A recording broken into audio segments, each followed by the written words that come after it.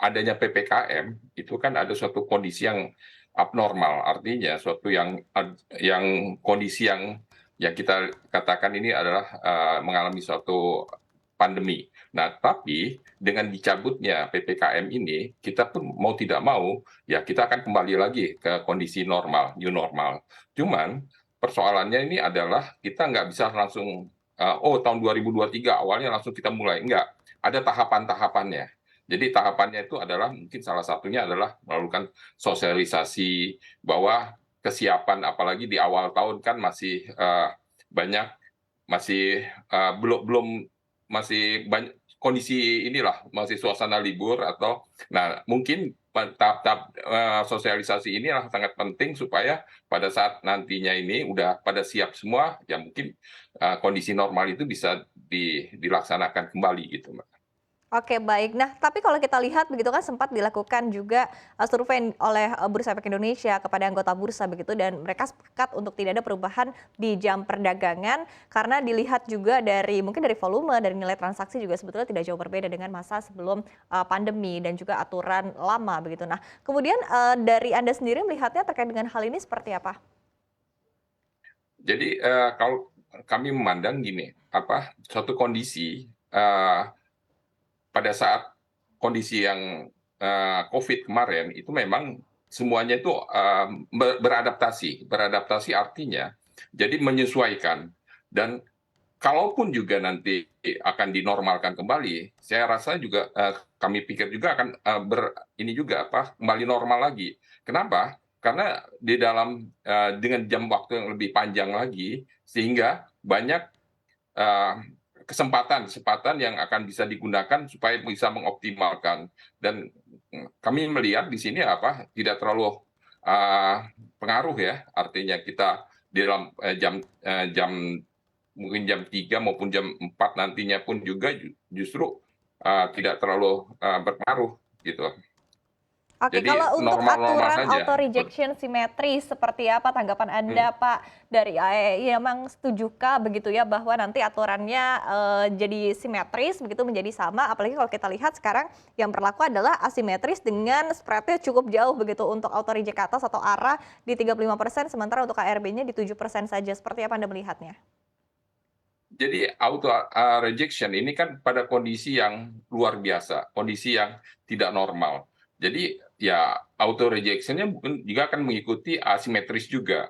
Dengan dicabutnya PPKM artinya udah new normal. Nah, new normal ini artinya udah kembali normal. Sehingga perlu sekali dilakukan ya seperti normal kembali tetapi dengan beberapa ini apa kebijakan maupun juga yang kondisinya tidak sama seperti sebelum. Contohnya, misalnya sekarang ini kan banyak di dalam orang itu lebih suka meetingnya di dalam menggunakan Zoom. Tapi tidak dengan adanya new normal sekarang, ini pun juga akan menjadi suatu hal yang biasa nantinya. Jadi ada sedikit modifikasi sehingga menyesuaikan dengan kondisi yang uh, lebih efektif dengan efisien. Gitu. Oke, tapi urgensinya jika tadi ya aturan untuk simetris ini diterapkan sekarang begitu di tengah tahun 2023 yang disebutkan juga penuh tantangan, kemudian normalisasi moneter juga, kemudian di satu sisi juga kita melihat dana asing ini juga dalam beberapa waktu terakhir juga terus mengalir keluar begitu. Nah, apakah memang tepat untuk dilakukan saat ini, Pak Ambun? Oke. Jadi perlu namanya sosialisasi, Mbak. Jadi sosialisasi itu penting sekali supaya jadi persepsi orang itu jangan bahwa oh ini kebijakan yang satu arah. Nah, eh, Bursa Efek Indonesia maupun juga OJK itu melihat udah memperdalam. Jadi memang nggak terburu-buru.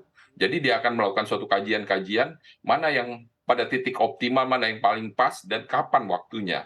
Nah, ini pun juga dia harus dilakukan namanya sosialisasi agar supaya semua satu persepsi sehingga menjadi bukan suatu hal yang uh, ketakutan ataupun juga nanti akan ini.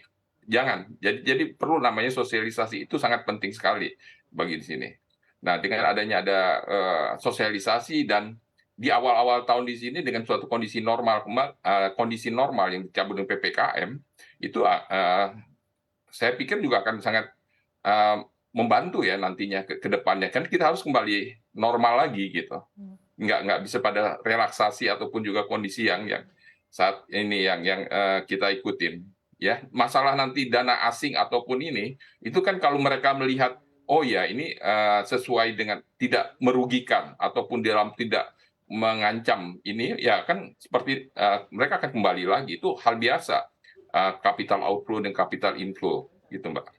Oke, baik. Tadi artinya kurang lebih adalah kembali ke aturan normal adalah sebuah keniscayaan begitu ya. Tinggal tadi seperti apa Ya, betul. sosialisasinya, kemudian transisinya juga. Nah, kalau kita berbicara Ya. terkait dengan transisinya begitu ya, perkiraan menurut Anda waktu yang tepat untuk normalisasi dari aturan bursa di sepanjang tahun 2023 ini seperti apa? Oke. Yang tadi Mbak Iva sampaikan bahwa OJK Bursa Efek itu melakukan pendalaman. Nah, dalam melakukan pendalaman itu, mereka kan pasti akan melakukan survei. Nah, survei stakeholder, kepentingan stakeholder. Nah, dari hasil survei tersebut perlu dilakukan pada saat sosialisasi.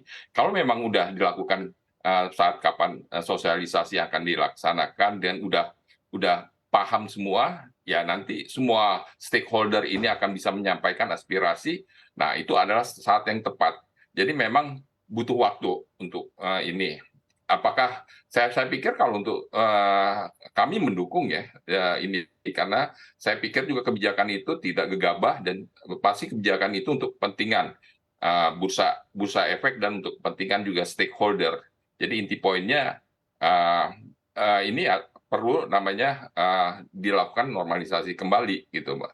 Masalah kapannya itu tinggal hanya masalah timing aja gitu.